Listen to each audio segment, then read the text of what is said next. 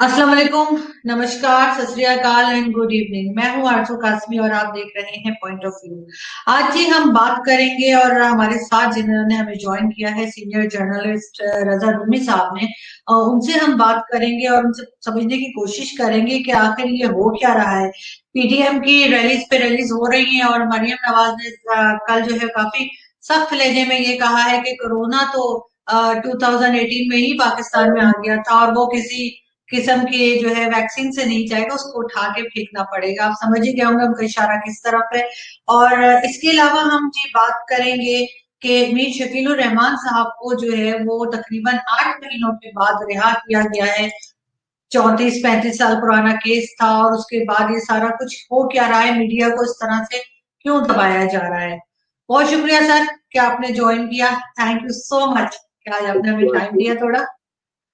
My तो pleasure. Thank you sir. आप क्या समझते हैं, सबसे पहले हम पीडीएम की बात करते हैं कि ये रिलीज हो रही है और जैसा कि एक पाकिस्तान में और हर जगह पे ये एक इम्प्रेशन है कि एस्टैब्लिशमेंट की जो है वो जब तक बैकअप ना हो इस तरह की रैलीज नहीं हो सकती।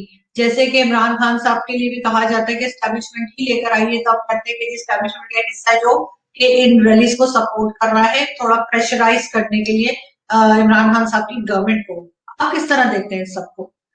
आरजू, सबसे पहले तो ये बताओ कि मुझे क्यों मरवाना चाहती हो। बड़ी मुश्किलों से मैंने मुहिब्बुल वतनी का जो है आगाज किया है, और तुमने पहला सवाल ही जो है वो इस्टेब्लिशमेंट इस्टेब्लिशमेंट। भाई, ये ना आजकल तो नाम लेना जो है वो भी एक खतरे की घंटी है। तो बात ये कि ये आपने जो सब बात की है, देखिए, पाकिस्तान की तारीख है ना। तारीख का मसला ये है, तारीख का जबर है कि पाकिस्तान में जो सियासी तब्दीलियां होती हैं, होती आई हैं, वो इस्टेब्लिशमेंट की मंशा से ही होती आई हैं। चाहे वो हुकूमतों को गिराना हो कि गिराना हो, सियासतदानों को चढ़ाना हो या उनको जवाल पर लाकर जलील करके अपने जो है ऑफिस से मनसब से अलग करना हो। तो इसमें ये पूरी रही है। मगर जो पीडीएम की एक इम्पोर्टेंट चीज ये है कि इस वक्त ये नहीं लगता कि उसके पीछे कोई भी इस्टेब्लिशमेंट का हाथ है या हिस्सा कोई उनकी सपोर्ट कर रहा है। 2014 में तो हमें अब तो सारा एविडेंस आ चुका है। वो जाहिर बात है, इमरान खान साहब और उनके सपोर्टर्स तो ये बात नहीं, वो तो कहते हैं कि आप झूठ हैं, बोल रहे हैं, आप लिफाफे हैं, आप इंडियन एजेंट हैं, आप भारत का नैरेटिव। अब तो आप उनसे बात करें तो वो कहते हैं ये तो आप भारत वो बयानियां आगे बढ़ा रहे हैं। तो इस बार ये ऐसा नहीं लग रहा कि एस्टेब्लिशमेंट पीडीएम के पीछे है, बल्कि पीडीएम का जो बयानिया है, खुसूसन नवाज शरीफ का, वो तो बड़ा वाजे तौर पे एंटी एस्टेब्लिशमेंट है। बाकी लोग भी उसमें चाइम इन कर रहे हैं और उनकी भी वही जबान है। इसलिए ये डबल तरीके से खतरनाक एक मूवमेंट है। गवर्नमेंट के लिए है तो है ही सही। इमरान खान साहब भी परेशान घबराए हुए लग रहे हैं, ऑल्दो वो ताकीद करते रहे हैं कि आपने घबराना नहीं है। आप खुद उनके घबराने का जो है वो साइंस दिखाई दे रहे हैं। मगर जाहिर बात है, साथ में जो इस्टेब्लिशमेंट के अंदर भी गुफ्तगू हो रही होगी। मेरे पास कोई इन्फॉर्मेशन तो नहीं है, आप तो ज्यादा बाखबर होती हैं, इस्लामाबाद में मौजूद हैं। मगर यकीनन ऐसे हालात में वहां भी सोच विचार हो रही होगी कि आखिर इसका किया क्या जाए, किस तरह से इस चीज को जो है या तो मैनेज किया जाए, या पीडीएम को तोड़ा जाए, या पीडीएम के कुछ हिस्सों को बावर कराया जाए कि आप कर लें अपना काम, आपने इमरान के खिलाफ मूवमेंट चलानी है, लेकिन आप भाई ये इधर उंगलियां ना उठाएं। तो इस वक्त सूरत हाल बड़ी, जो जैसे कहते हैं, अजीबो गरीब बन चुकी है। लेकिन सर आप समझते हैं कि जैसे पहले जब इमरान खान साहब ऑपोजिशन में थे तो उन्होंने भी इस तरह का एक प्रोटेस्ट किया था और आई थिंक 136 दिन वो बैठे रहे थे। तब भी यही कहा जाता था कि एस्टेब्लिशमेंट मदद कर रही है, इस वजह से ये बैठ सक रहे हैं। तो अभी भी जो रैलीज चल रही है उसके लिए बहुत से लोग कह रहे हैं कि ये खुद नहीं चला सकते, ये एक दिन क्या एक घंटे के लिए भी कहीं नहीं खड़े हो सकते। लेकिन जब तक कि इन्हें छोटे पोर्शन में कहें, लेकिन जब तक इनको किसी किस्म की सपोर्ट ना हो। लेकिन साथ ही इमरान खान साहब को क्या देख रहे हैं आप, जाता हुआ देख रहे हैं कि वो दिसंबर तक रह पाएंगे या अपने पूरे 5 साल कंप्लीट करते हुए दिखाई दे रहे हैं वो आपको? देखिए आरजू, पहली तो जो आपके कमेंट और सवाल के दो हिस्से हैं। पहला तो ये है कि अपनी बलबूते पे खड़े, ये बात सही है कि पीएमएलएन और पीपीपी ने तो अपनी पार्टियों को इस तरह से रखा हुआ है कि वो खानदान के क्लब बने हुए हैं। उनमें ना तंजीम साजी प्रॉपर हुई है, ना तवज्जो दी गई है, ना उनको मौका मिला है, ना उनको मौका दिया गया है। ले इसलिए मौलाना फजल रहमान की जो स्ट्रीट पावर है उसके ऊपर इन्हिसार है, इसीलिए उन्होंने फजल रहमान को उसका हेड भी बनाया है, पीडीएम का आपने देखा ही है। और उनका यही है कि भाई जब मुश्किल वक्त आएगा तो फजल रहमान के जानिसार जो हैं वो पिछले साल की तरह धरना लेके आ जाएंगे। मेरा नहीं जाती ख्याल ये एस्टेब्लिशमेंट, देखिए एस्टेब्लिशमेंट तो मुकम्मल तौर पर इमरान खान के पीछे खड़ी है, बल्कि मैंने क्या कहना है, आपने क्या उसको असेस करना है, वो खुद कह चुके हैं कि भाई 1 पेज का जो नैरेटिव है, इमरान खान साहब ने कई बार कहा है कि उनके साथ फौज उनको पसंद करती है क्योंकि वो करप्ट नहीं है। और उन्होंने कहा कि माजी में वजीर आजम को इसलिए, वज़ीर आजम को इसलिए निकाला जाता था कि वो करप्ट होते थे और फौज ये पसंद नहीं करती, और मैं तो बड़ा ईमानदार हूँ इसलिए मुझे जो है वो फौज पसंद कर रही है। और फौज की तरफ से भी जो सिग्नल्स आए हैं कई बार, जो उनकी, अगरचे कि वो इतना खुल के सियासी बात तो नहीं करते, लेकिन उनकी जो स्टेटमेंट्स हैं वहां से भी क्लियर होता है कि वो ये कहते हैं हम गवर्नमेंट के साथ हैं, गवर्नमेंट को सपोर्ट कर रहे हैं। तो मेरा नहीं ख्याल कि अभी ऐसी कोई सूरत हाल है कि जिसमें कि आप 2014 से मवाजना कर सकते। 2014 में तो एक सोची समझी स्कीम के तहत, जिसके के बहुत सारे कैरेक्टर्स के नाम आ चुके हैं। अगर आप उनकी शुजा नवाज साहब की किताब देखें, जो उनकी हालिया किताब छपी है, उसमें 2014 में जो जनरल जहीरुल इस्लाम साहब थे उनका जो रोल था उसके ऊपर बड़ी डिटेल में उन्होंने लिखा है, तहकीक करके, इंटरव्यूज करके। वो सबके सामने है, सबको जाने ना जाने तो गुल ही ना जाने, बाग तो सारा जाने है। तो वो मामला तो बिल्कुल था, उसका हदफ यही था कि नवाज शरीफ को या तो मजबूर किया जाए कि वो इस्तीफा दें या वो कमजोर हो जाए। वो उनके साथ भी सियासी कुव्वतें खड़ी हो गई तो वो इस्तीफा नहीं दिया उन्होंने, वो बच गए। लेकिन पैनामा के बाद उनकी बचत जो है उसका कोई इम्कान ना रहा, और फिर पीपल्स पार्टी ने भी छोड़ दिया उनका साथ, और फिर आपके सामने है the rest as this is history. दूसरा जो आपने बात कही है कि इमरान खान साहब, देखिए इमरान खान साहब की गवर्नमेंट जो है, जैसे मैंने पहले अर्ज किया कि इमरान खान साहब की गवर्नमेंट को जो आने में रोल था, वो दो इंपॉर्टेंट पिलर्स ने रास्ता पेव किया है। पहली अदलिया, जिन्होंने उनके सबसे बड़े सियासी मुखालिफ को नाअहल करार दे दिया, उसको ताहयात नाअहल कर दिया, और मुल्क में एक तरह से तब्दीली की राह हमवार कर दी। दूसरा पिलर वो है जो कि आप भी जानती हैं, मैं भी जानता हूं, उनका नाम नहीं लेना चाहिए, लेकिन वो भी मुकम्मल तौर पर इमरान खान के पीछे खड़े हैं और खड़े थे। लाने वाले वो हैं, इसलिए सिलेक्टर्स और सिलेक्टेड की जो बात होती है वो उस वजह से होती है ना। तो आप जिस दिन वो उनमें से एक पिलर भी पीछे हटेगा तो हुकूमत जो है वो डामाडोल होगी। और डामाडोल इसलिए होगी कि अगर तो अदलिया, फॉर एग्जांपल आपको पता है एक फॉरेन फंडिंग का केस है जो कि तलवार की तरह लटक रहा है पीटीआई के ऊपर। इसी तरह जो और दीगर कुछ और केसेस पीटीआई के लीडर्स के बारे में, एक तो वो साइड है।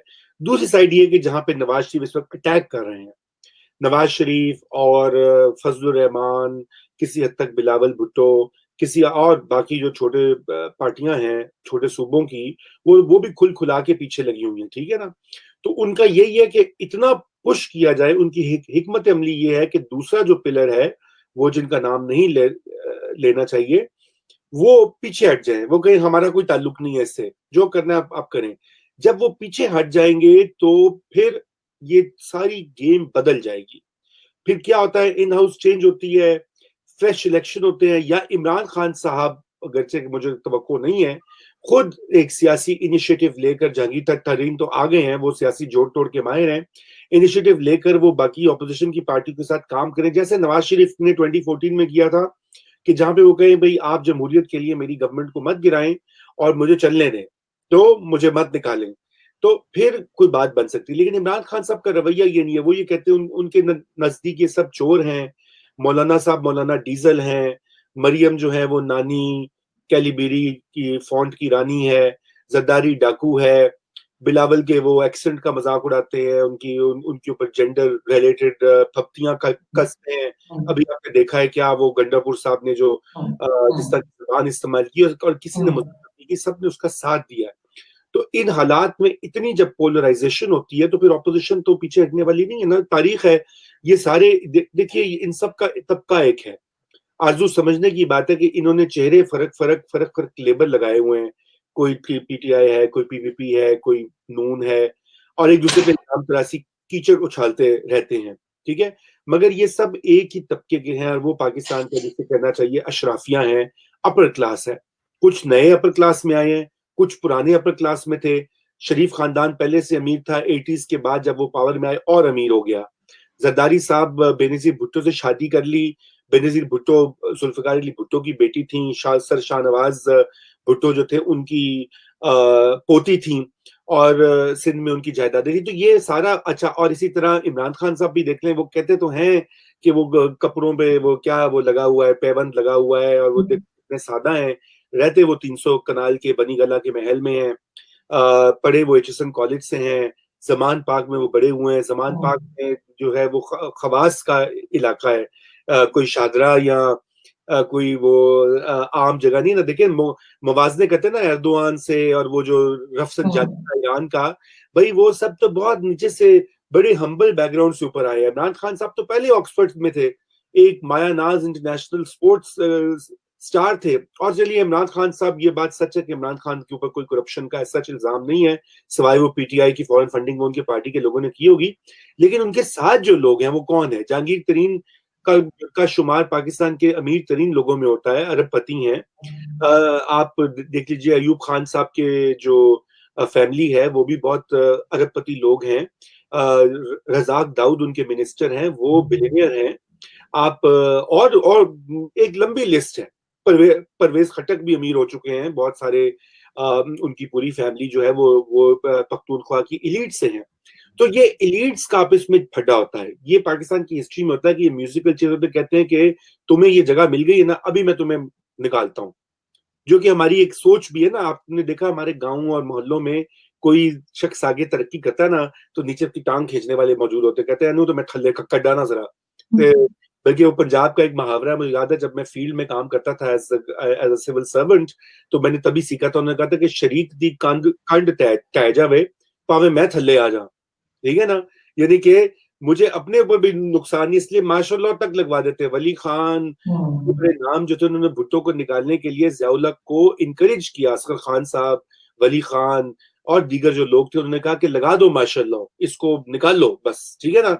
जब नवाज के शरीफ को निकाला गया मुशर्रफ ने, तो आपको याद है कि बेनजीर भुट्टो शहीद जो थी, उनका इंटरव्यू था कि ये नवाज शरीफ तो बड़ा ऑटोक्रेटिक हो गया था, हम काम करने के लिए तैयार हैं। तो ये एक म्यूजिकल चेयर्स भी है अनफॉर्चुनेटली।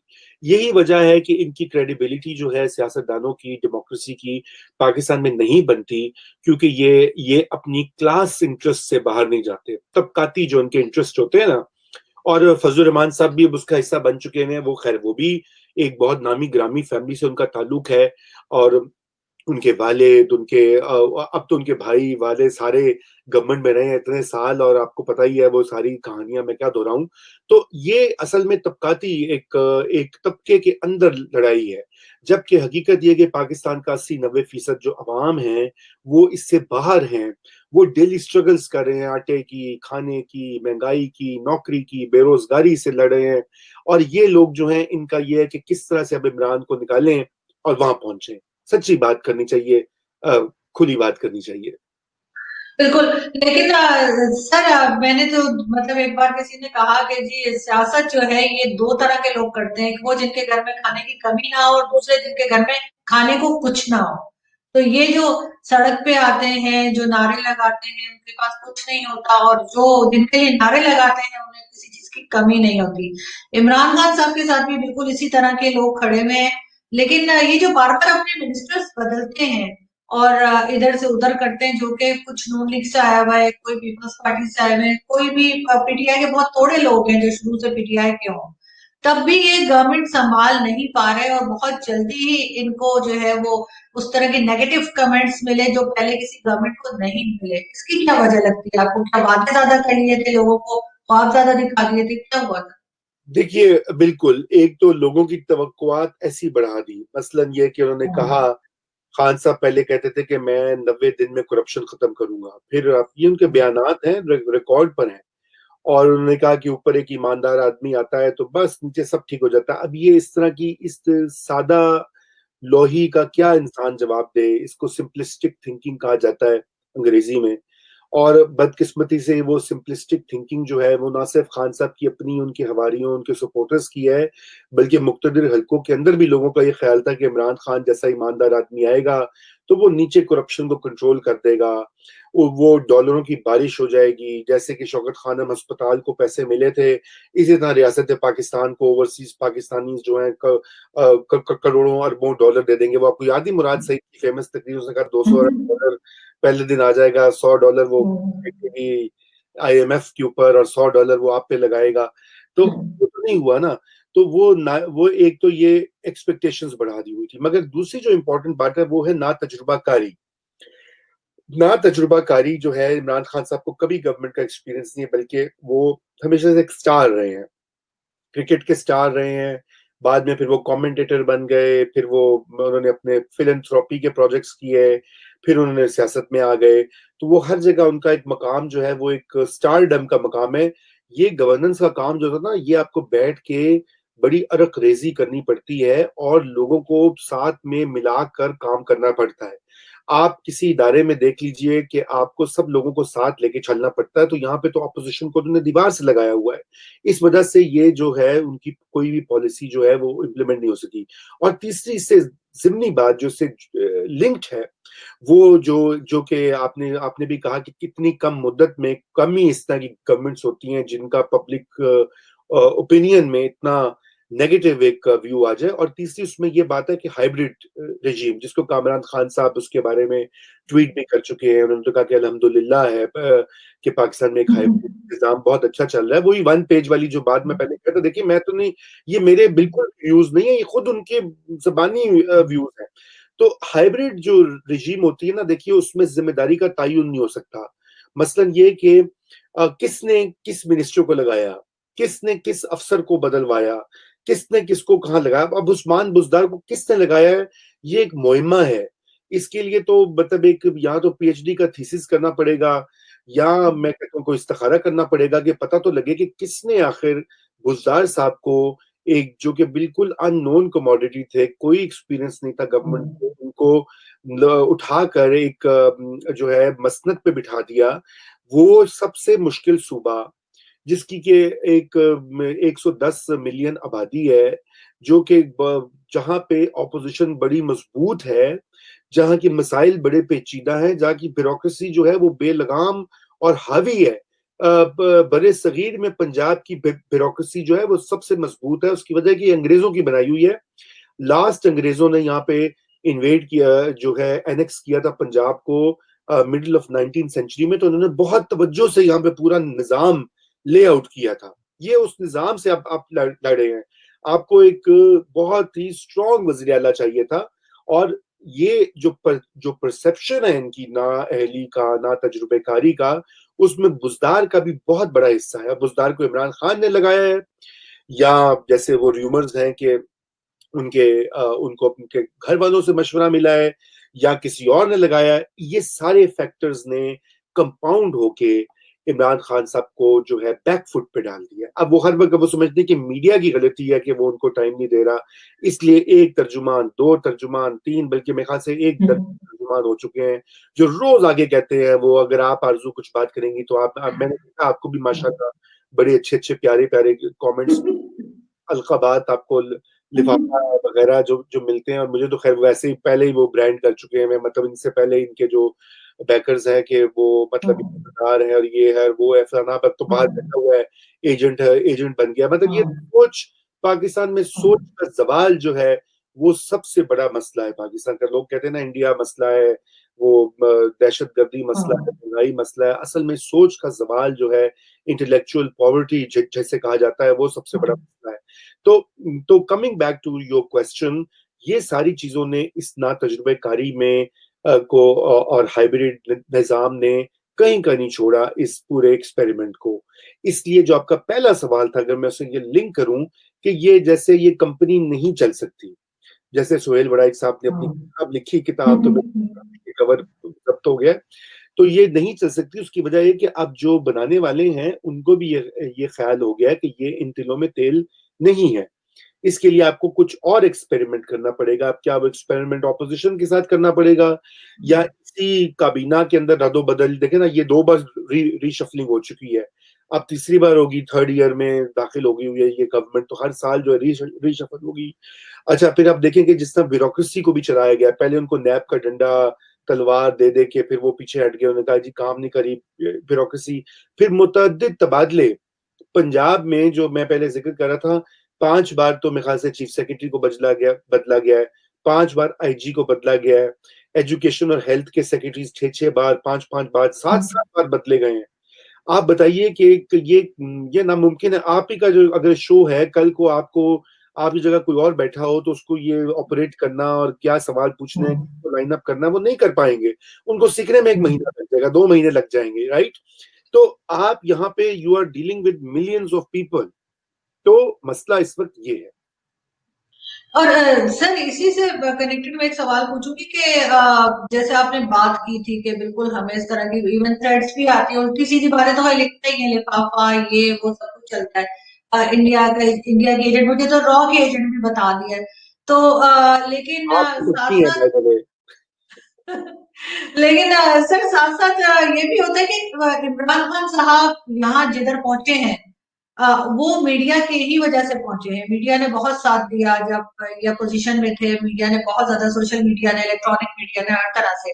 और अब आके वो सबसे पहले उन्होंने मीडिया को ही दबाना शुरू कर दिया। इतना सेंसरशिप हमने कहीं नहीं देखी जो हमने पीटीआई के आने के बाद देखी। आप कोई बात नहीं कर सकते, म्यूट कर दिया जाएगा, कुछ नहीं बोल सकते।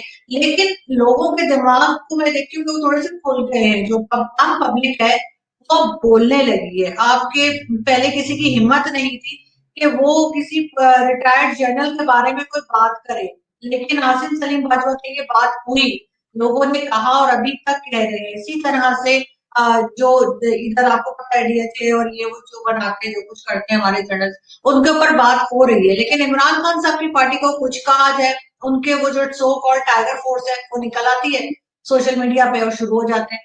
तो ये इसका रवैया क्यों है? क्योंकि ये तो खुद इसी से आए हैं, ये तो खुद मीडिया की वजह से आज इस सीट पे बैठे हुए हैं। जी, आपने ये बिल्कुल सही कहा। इमरान खान फिनोमेना जो है, उसमें पाकिस्तान के इलेक्ट्रॉनिक मीडिया ने बहुत बड़ा रोल अदा किया है। आरजू, मुझे नहीं मालूम, आप मुझसे तो बहुत छोटी हैं उम्र में, मगर अगर आपको भी बिल्कुल ये याद होगा कि जब जनरल मुशर्रफ के जमाने में इलेक्ट्रॉनिक मीडिया डीरेगुलेट हुआ और सबसे पहले जो है वो ये प्राइवेट चैनल्स उभरे, तो आपको याद होगा कि इमरान खान साहब को रोजाना स्क्रीन पे होते थे, जियो टीवी स्पेशली। हम्म, ये मीर शकील रहमान साहब, आज उनकी हम्म, जमानत तो कबूल हो गई है, और हम्म, शकील रहमान साहब भी सोचते होंगे जेल में कि उन्होंने भी, जो उनके चैनल ने रोल अदा किया, तो रोजाना इमरान खान साहब तकरीबन हामिद मीर के शो पे होते थे, या शायद मसूद के शो पे होते थे, 8 और 10 बजे, मुझे याद है। हम्म, और हम सुनते भी थे कि क्या कह रहे हैं इमरान खान साहब, हालांकि उनकी वो उस तरह से सियासी प्रेजेंस नहीं थी उस जमाने में भी। जो है वो उस 2002 की जो मैनेज्ड असेंबली थी, उसमें भी पीपल्स पार्टी और पीएमएलएन और पीएमएलक्यू रियलिटीज थी। Imran Khan was nowhere in the political game, लेकिन उनको अपनी जो जिसे कहा जाता है सियासी कुवत से कहीं ज्यादा कवरेज मिलती थी। और वो पूरा एक सिलसिला चलता रहा जिसमें कि उनका नैरेटिव जो है वो पब्लिसाइज हुआ, वो आगे बढ़ा। यही धरने वाला भी यही सूरत हाल थी। अगर आपको याद हो 2014 में बिल्कुल। लोग इतने नहीं थे, लोग उस तरह से नहीं है। तारुल कादरी के जो मुरीद हैं वो तो आ गए इस्लामाबाद में, वो तो बैठ गए। इमरान खान के जो सपोर्टर्स थे वो आ रहे थे, जा रहे थे, किसी दिन ज्यादा थे, किसी दिन कम थे, कुर्सियां खाली होने की तस्वीरें हम्म, अभी तक चल रही हैं।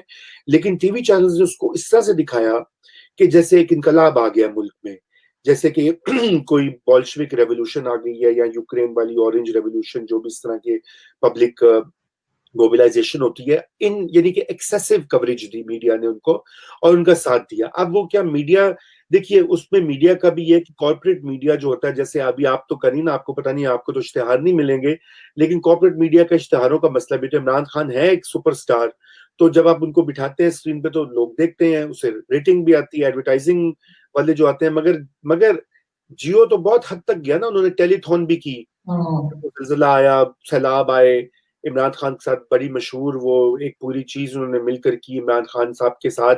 तो इमरान खान साहब का जो स्टैचर, वो मीडिया को भी फायदा हो रहा था। ये ट्रंप वाला ही मामला है।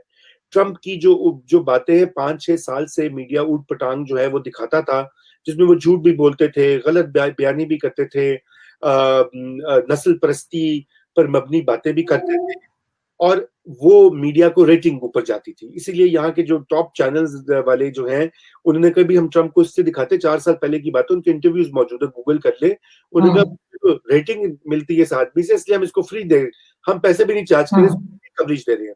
लेकिन उसका नुकसान ये हुआ कि ना सिर्फ ट्रम्प इलेक्शन में जीता, बल्कि जो नफरत अंगेज बयानिया था यहाँ अमेरिका में, वो फरोग पाया।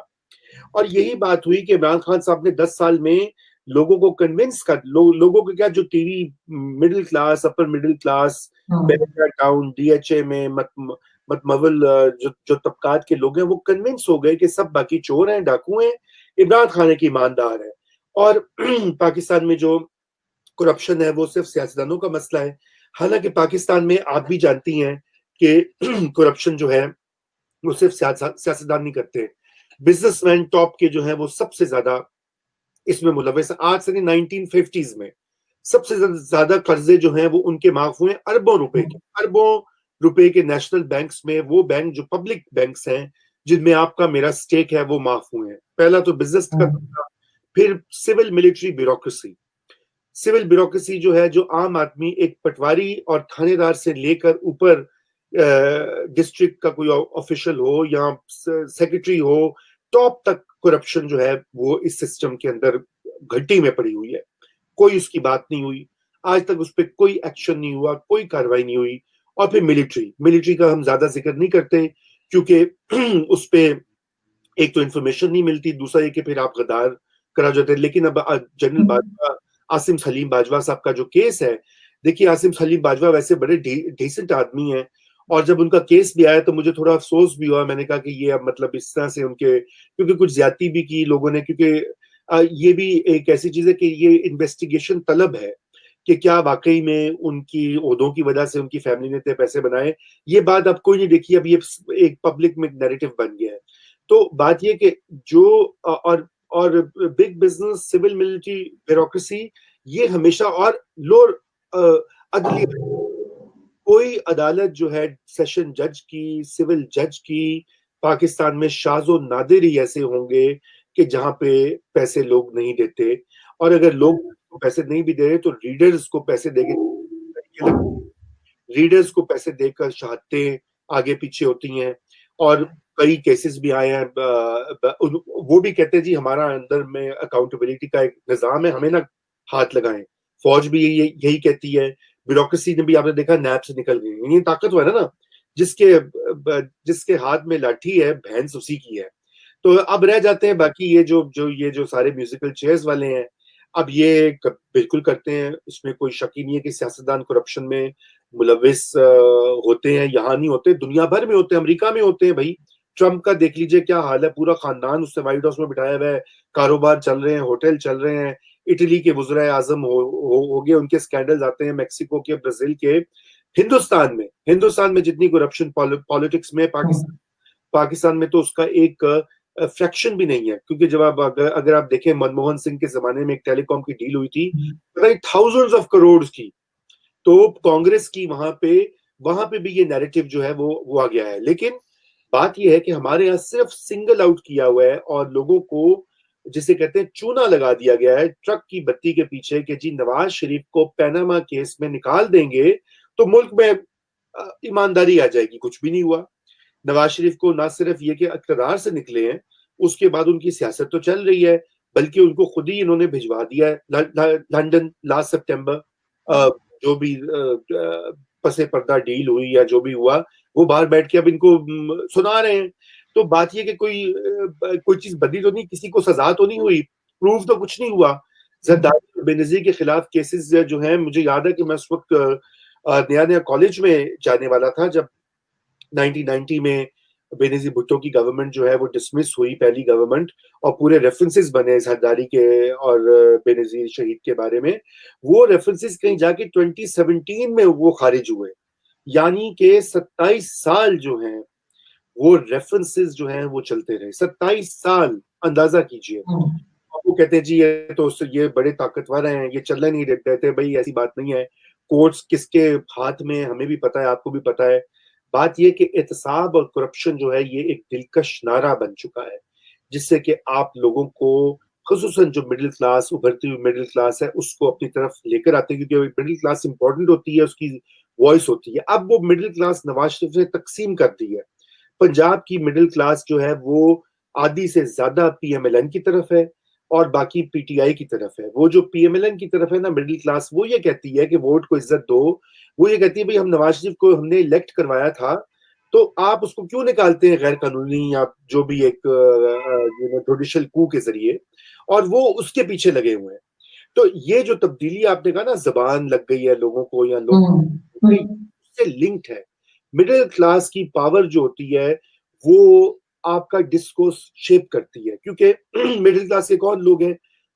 आप और मैं, हम बैठ के बात कर रहे हैं। मिडिल क्लास के वो लोग हैं जिनके पास फोन है, जिनको अंग्रेजी में ट्वीट लिखना आती है, क्योंकि वो स्कूल में गए हैं, कॉलेज में, यूनिवर्सिटी में पढ़े हैं, या फेसबुक पे लाइव कर रहे हैं। तो सोशल मीडिया ने उसको मजीद जो है जिला दी है।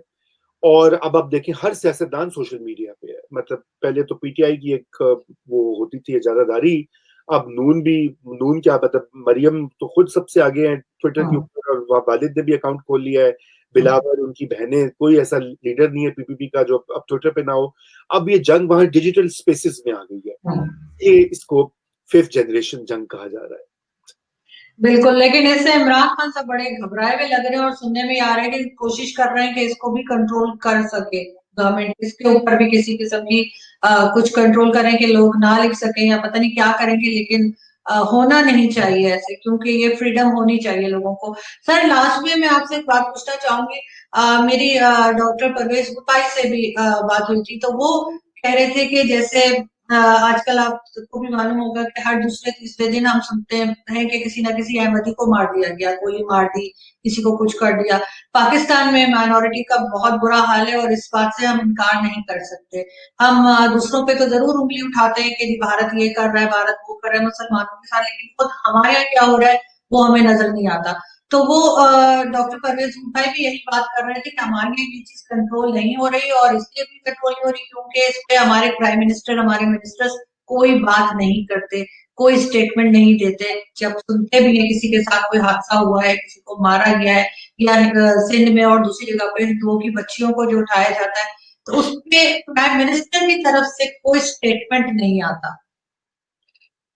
आरजू, मैं अब इस पे आपको क्या, देखिए यही मसला है। मैंने अपने फेसबुक पेज के ऊपर एक खबर, ये जो भी हाल ही में अहमदी बेचारे जिनको कत्ल कर दिया गया पेशावर में, यूपी में, तो मैंने वो सिर्फ शेयर की। और वो अगर आपको मैं कमेंट्स भी शेयर कर दूं तो आप सोच नहीं सकती कि किस तरह के वहां पे कमेंट। सबसे पहले तो कमेंट ये था कि क्या तुम कादियानी हो, यानी कि मुझे कह रहे हैं, और तुम जो ये इनकी खबर लगा रही, यानी कि आप वो न्यूज भी शेयर नहीं कर सकते, ठीक है ना, आप अपने, अच्छा, लोगों में तो जहनों में या अपने जहन में लोगों को ब्रेन वॉश तो कर दिया। जो रियासत है वो ये कहती है कि आप ये बात कर रहे हैं, पाकिस्तान को बदनाम कर रहे हैं। यानी कि अगर मैं आपसे आरजू बात करूं कि पाकिस्तान में माइनॉरिटीज का बड़ा बुरा हाल है, तो मैं दो चीजें कर रहा हूँ। एक तो मैं एक गद्दारी का मुर्तकिब हो रहा हूँ, क्योंकि मैं पाकिस्तान का नेगेटिव इमेज प्रोजेक्ट कर रहा हूँ। नंबर टू, मैं इंडिया का बयानिया जो है उसको सपोर्ट कर रहा हूँ।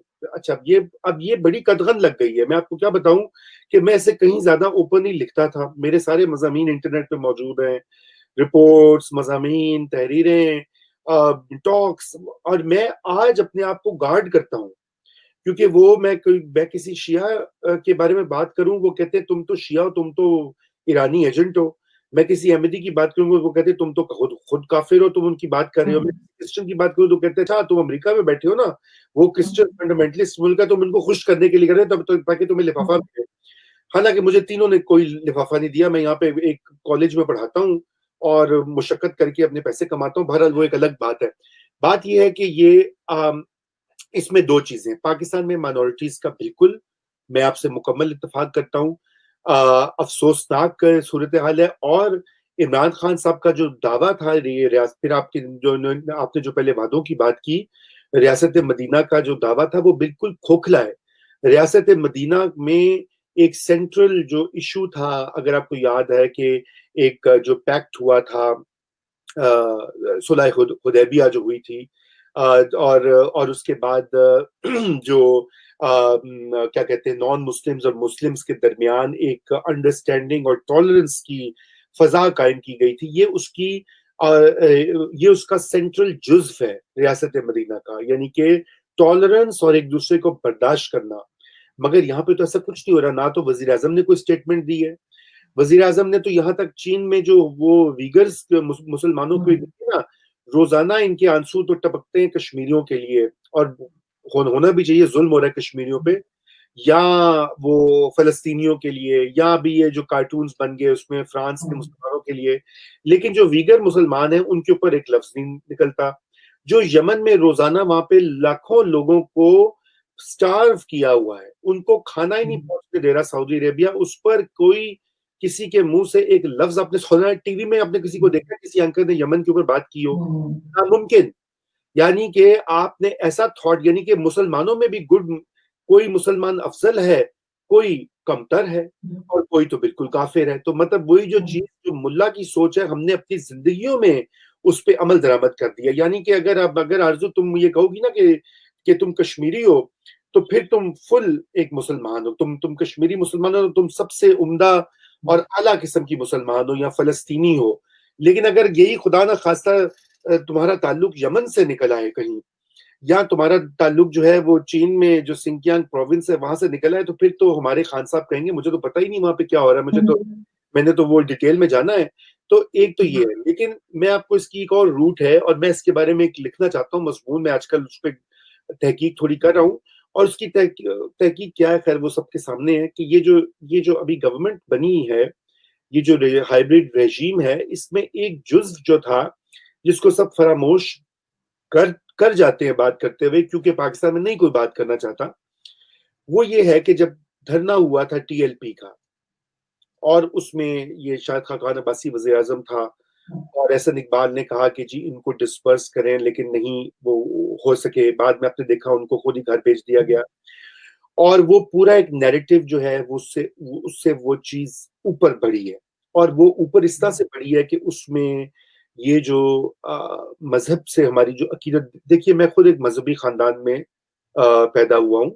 और को मैं आपके यहाँ पे प्रोग्राम में ये वाजे करता चलूं कि मैं बिल्कुल एक सुन्नी मुसलमान हूँ। मेरे घर वाले सारे, मैं उसी में मेरी परवरिश हुई है। मगर हमारा जो माहौल था वो ये फर्क था कि हमें कभी ये बताया नहीं गया था कि सुन्नी शिया में कोई फर्क होता है, या कोई और फिरके होते हैं। वो उसका की जहन में नहीं होता था। हमें स्कूल में नहीं पता होता था कौन शिया है। बाद में मुझे पता लगा, मेरी क्लास में एक अहमदी लड़का था, वो जब मैं टीवी पर आके, तो मैंने एक दो बार पाकिस्तान में कहा, तो उसने मुझे कॉल किया, उसने कहा कि तुम्हें बताया कि हम अहमदी फैमिली। मैंने कहा तुमने मुझे 20 साल बताया नहीं है। उसने कहा कभी जरूरत ही नहीं हुई। तो अब तो हमने इतना पोलराइज कर दिया ना कि तुम देवबंदी, तुम अहले हदीस, तुम अहमदी, तुम ये, तुम वो, फलाना तुम्हारा अच्छा। तो मैं जो बात कह रहा हूँ कि वो ये बयानिया इतना बढ़ा दिया गया है, इसको वेपनाइज किया गया है। मजहब से अकीदत, हमारे भी घर में मिलाद होता था, होता है अब भी। मैं यहाँ भी करता हूँ। यहाँ भी 12 रबीउल अव्वल थे, मैंने यहाँ पर जो है अपने काफिर जो नेबर्स हैं उनको चने का पुलाव पका के बांटा और हलवा बांटा। ठीक है ना। मैंने कहा मेरे बच्चा जो है, मैं उसको भी हमारी इस तहजीब और इस कल्चर का पता लगे। मगर ये नहीं होता था कि मैं उसके लिए तलवार निकाल के या वायलेंस के लिए तैयार हो जाऊं। मैंने कभी ये सीखा ही नहीं था। मैंने कभी, हाँ, फ्रिंज ओपिनियन होता था, वो शुरू से ही था, इस्लाम की तारीख में भरा हुआ है। मगर ये फ्रिंज यानी कि एक माइनॉरिटी ओपिनियन को मेजॉरिटी ओपिनियन में जिस तरह से बदला गया है, हमारी आंखों के सामने, हम उस अहद में जिंदा हैं। टीएलपी का धरना हो, उसके बाद एंटी अहमदी रेटरिक हो, ये जो अहमदियों को मारा जा रहा है क्यों हो रहा है? ये शिया के खिलाफ जो एफआईआर दर्ज हुई है, धड़ाधड़ धड़ाधड़ 40, मतलब हमारे ही नया दौर की एक स्टोरी थी जो मैं पढ़ के दंग रह गया कि 30 दिनों में 42 एफआईआर। कमाल है भाई। इसका मतलब है कि कल को आपने पूरा आधा मुल्क जो, या एक तिहाई शिया है, वो सारे के सारे ब्लास्फेमर्स हो गए हैं, या छोटी सी मुट्ठी भर अहमदी कम्युनिटी है, आधी तो भागी हुई है मुल्क से, जो रह गए हुए हैं। तो आपने उनको कितना और बैश करना, मतलब उनको काफिर भी डिक्लेयर कर दिया।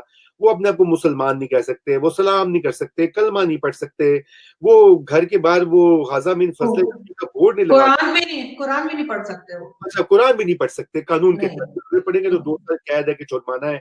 अच्छा, अब क्या करना है? अब इसके बाद मुझे समझ नहीं आती कि इसके बाद मतलब यही है ना कि खोदें, कब्रें खोदें और उनमें सबको बंद करके मैस ग्रेव्स बना दें, मतलब पागलपन की तरह है।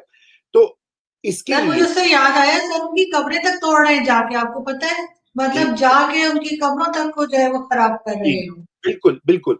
लेकिन मैं इसके साथ ये ऐड, और इसके लिए सियासी लीडर्स का बड़ा अहम काम होता है। अगर आपको याद हो कि 2010 में जब अहमदियों की इबादत गाह, देखिए मैं बहुत एहतियात से कह रहा हूँ, पे हमले हुए लाहौर में, तो सलमान तासीर उस वक्त गवर्नर थे, वो अस्पताल गए।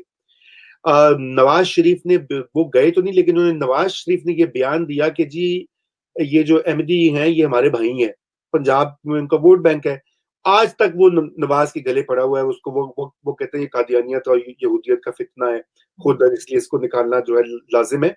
तो बात ये कि लीडर्स का काम, लीडर्स की बात बहुत अहम होती है। इसलिए coming back to your point, बिल्कुल इस गवर्नमेंट के मिनिस्टर्स और इमरान खान साहब को ही चाहिए कि अगर वो रियासत मदीना वाकई में कायम करना चाहते हैं तो he should stand up and show that he means business. But आरजू, इससे पहले कि मैं इसमें एक और इजाफा करना चाहता हूं कि ये जो माइनॉरिटी प्रॉब्लम है ना, ये सिर्फ पाकिस्तान तक महदूद नहीं है।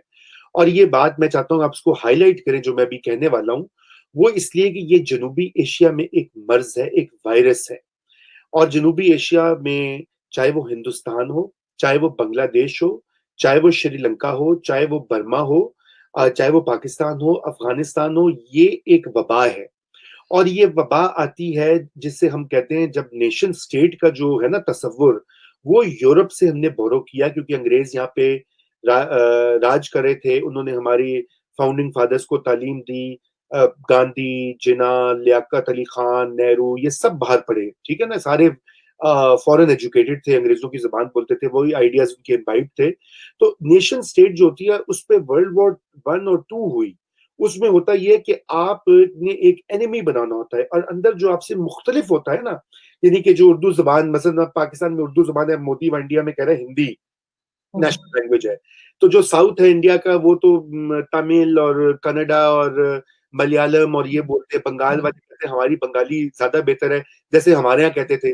तो आप जब वो इम्पोज करते हैं, आप उसमें डाइवर्सिटी को खत्म करते हैं, तो फिर वायलेंस आप इस्तेमाल अ, हो जाता है। इसीलिए जो आज इंडिया में मुस्लिम्स के साथ जो हो रहा है वो बिल्कुल फर्क नहीं है जो हमारे यहाँ हो रहा है, ठीक है ना। ये बात बहुत जरूरी है, जो क्रिश्चियंस के साथ भी जो रवैया है, क्योंकि जो हिंदू नेशनलिस्ट और या एक्सट्रीमिस्ट जो हैं, नेशनलिस्ट तो नहीं खैर, एक्सट्रीमिस्ट जो है वो ये कहते हैं ये वो क्रिश्चियंस हैं जिन्होंने, मिशनरीज ने आकर हमारे हमारे हिंदुओं को कन्वर्ट किया, इसलिए उनके चर्चेस में भी अटैक्स होते हैं। और श्रीलंका में मुसलमानों पर अटैक्स हुए बेतहाशा। आपने देखा है कि म्यांमार में जो पॉपुलेशन है रोहिंग्या, उनको किस तरह तबाह बर्बाद करके धक्का देके निकाल दिया गया है। और बांग्लादेश में भी, जो कि हमारे, जब हमारे साथ थे तो हमारा यही झगड़ा था बंगाल के साथ कि वो ज्यादा इंक्लूसिव थे, प्लूरल थे, क्योंकि वहां हिंदू बहुत बड़ी आबादी थी। हमारा यही शक होता था कि वहां पे हिंदुओं ने जरूर इनके बीज बोया है सेपरेटिज्म का। लेकिन आज बांग्लादेश में भी वो काम शुरू हो गया है माइनॉरिटीज को रिप्रेस करने का। तो ये इस रीजन में कुछ मसला है, और इसके इसकी लिंक्स जो हैं वो कलोनियलिज्म से मिलते हैं, यानी कि अंग्रेजों का जो राज था, जिस तरह से उन्होंने यहाँ पे रियासतें तख्लीक की, आइडेंटिटी उन्होंने क्रिएट की। देखिए ये हिंदू और मुस्लिम का जो था 1861 से पहले इंडिया में लोग ये आइडेंटिफाई नहीं करते थे मजहब की बुनियाद पे, ये अंग्रेजों ने सेंसस स्टार्ट किया था। अब जब मुस्लिम मुस्लिम और हिंदू हो गए, अब जाहिर बात है हिंदुओं के अंदर भी इतनी डाइवर्सिटी है, मुस्लिम्स के अंदर इतनी डाइवर्सिटी, अभी हम बात करे थे, बुद्धिस्ट के अंदर खुद डाइवर्सिटी है। तो ये एक फितना, एक फसाद बन चुका है। और इसीलिए वो फहमीदा रियाज की जो नज्म है, तुम बिल्कुल हम जैसे निकले, हम सारे एक जैसे निकले हैं, क्योंकि हम एक ही डीएनए के क्लॉथ से निकले हुए हैं। किसी का नाम जो है कुमार है, किसी का मेरे तरह अहमद है, आपकी तरह काजमी है, कोई वो है साउथ इंडियन या श्रीलंकन नेम है। तो बात यह है कि ये एक वबा है, ये एक वायरस है, और ये रियासतें इसको यूज करती हैं। मोदी जी वहां पे हिंदुस्तान में माइनॉर, अगर आपको याद हो, उन्होंने बरखा दत्त को एक इंटरव्यू दिया था, बड़ा मशहूर इंटरव्यू था पहले इलेक्शन जीतने से पहले, जहां पे ने उनसे बात की मुसलमानों के बारे में। तो मोदी जी ने कहा जब गाड़ी तेज चल रही होती है तो सामने से एक पप्पी जो है वो नीचे आ जाए गाड़ी के तरक्की में तो कोई बात नहीं, ठीक है ना। अब ये बात ये कि क्या ये शोभा देता है एक 1.3 बिलियन पॉपुलेशन के प्राइम मिनिस्टर को, जो कि वर्ल्ड पावर बनना चाहते हैं, जो हर वक्त इस चीज को वो कहते हैं देखो जी हमने जीरो इजाद किया था, हम दुनिया में सबसे आगे हैं, हमारी इकोनॉमी ये है, आप लोग किस खाते में, आप तो कशकोल उठा के भी, इस तरह के कमेंट्स इंडियंस अभी आपका ये शो बिल्कुल तो नीचे आ जाएगी हेट मेल। मगर ये उनको शोभा नहीं देता, और वो नहीं देता, लेकिन उन्होंने उसको यूज किया है। ये चौकीदार जो उन्होंने अभी पिछले इलेक्शन में किया कि पाकिस्तान जो है वो आके इंडिया को, छोटा सा पाकिस्तान है, 8 गुना गुना बड़ा इंडिया है, और ये माइथोलॉजी फैली हुई है। मसलन हिंदुस्तान में एक मिथ ये कि मुसलमान बड़े बच्चे पैदा करते हैं और वो ओवरटेक कर लेंगे आबादी को। यूरोप में भी यही मिथ है। ये इस्लामोफोबिया ये इस्लामो हमारे यहाँ हिंदू फोबिया है जो हमारी टेक्स्ट बुक्स में, हमारे ज़हनों में भरा हुआ है। उधर इस्लामो मुस्लिमोफोबिया है, ठीक है ना, कि मुस्लिम जो है वो some kind of an enemy, हमारे लिए वो एनिमी है। इसलिए हमारे यहाँ लोग भूल जाते हैं कि लाखों हिंदू रहते हैं सिंध में और दीगर इलाकों में, उधर भूल जाते हैं कि करोड़ों मुसलमान रहते हैं चप्पे चप्पे, गली गली, नगर नगर में। तो हम कैसे आगे बढ़ेंगे? इसीलिए हम ये जो बात कर रहे हैं, ये बात हमारी करनी जरूरी है ताकि आपके देखने वाले जो हैं, आपके बहुत बड़ी फैन फॉलोइंग है, उनको ये समझ में आए कि ये अगर इस तरह से रहता है। हम 2 पार्टीशन से गुजर चुके हैं। 47 और 71 में खून की नदियां बही थी। पंजाब आज तक रिकवर नहीं कर सका। वो जो जख्म थे पाकिस्तान हिंदुस्तान में, आज तक पार्टीशन के जो जख्म है वो भरे नहीं। उन पे टांके तो आर्जी तौर पे लग, अंदर पीप जो है निकल निकल के बाहर आ रही है। 71 में जो हमारा और बांग्लादेश का जो हुआ, वो भी आज तक नहीं भरा। हम एक्नॉलेज ही नहीं कर रहे। वहां भी वो नाराज हैं, हम भी नाराज हैं। हम ये इसके अब मुतहम्मिल नहीं हो सकते। हमें एक ऐसा खित्ता बनाना है जहां पे हम एक दूसरे के मजहब की, कल्चर की रिस्पेक्ट करें। और ये बात जो कहना है, ये कोई लिफाफा बात नहीं है, ये कोई एजेंडा बात नहीं है, ये यहूदी, कादियानी, हिंदू, जो भी फ्री मेजन एजेंडा नहीं है। ये एक इंसानियत की बात है। इंसानियत सबसे बड़ा मजहब है, चाहे आप इंडिया में हो, चाहे आप पाकिस्तान में हो, चाहे आप टिम्बकतू में हो। इंसानियत से बड़ा मजहब है ही नहीं, क्योंकि तमाम मजहब इंसानियत सिखाते हैं। अगर वो इंसानियत नहीं सिखाएंगे तो भाई फिर वो उनके जो पादरी हैं, या उनके जो मौलवी हैं, या उनके पुरोहित जो हैं, उनमें गड़बड़ है, मजहब में नहीं। आप बिल्कुल ठीक बात कर रहे हैं, मगर सर उसके लिए हमें खुद एग्जाम्पल सेट करनी पड़ेगी, तभी हम किसी दूसरे के ऊपर उंगली उठा सकेंगे कि देखिए जी हमारे यहाँ तो ऐसा कुछ नहीं हो रहा। अगर हम खुद ही गलत कर रहे हैं, हम किसी दूसरे को कैसे ब्लेम करें कि आपके यहाँ ये हो रहा है। इसलिए पहले पाकिस्तान को, या जो पाकिस्तान की गवर्नमेंट है उसको, पहले अपनी माइनॉरिटी के ऊपर बहुत ज्यादा काम करने की जरूरत है। तभी हम किसी दूसरे को, चाहे वो भारत हो या कोई, किसी को बोलने के काबिल हो सकेंगे। यहाँ पे मैं बहुत शुक्रिया अदा करना चाहूंगी सर कि आपने ज्वाइन किया। थैंक यू सो मच, बहुत अच्छा लगा आपसे बात करके। आई होप कि हम दोबारा भी किसी वक्त जब आपके पास टाइम होगा तो बैठेंगे और मजीद डिफरेंट टॉपिक्स पे डिस्कस करेंगे। थैंक यू इंशाल्लाह। सो मच, खुदा बहुत शुक्रिया। Thank you.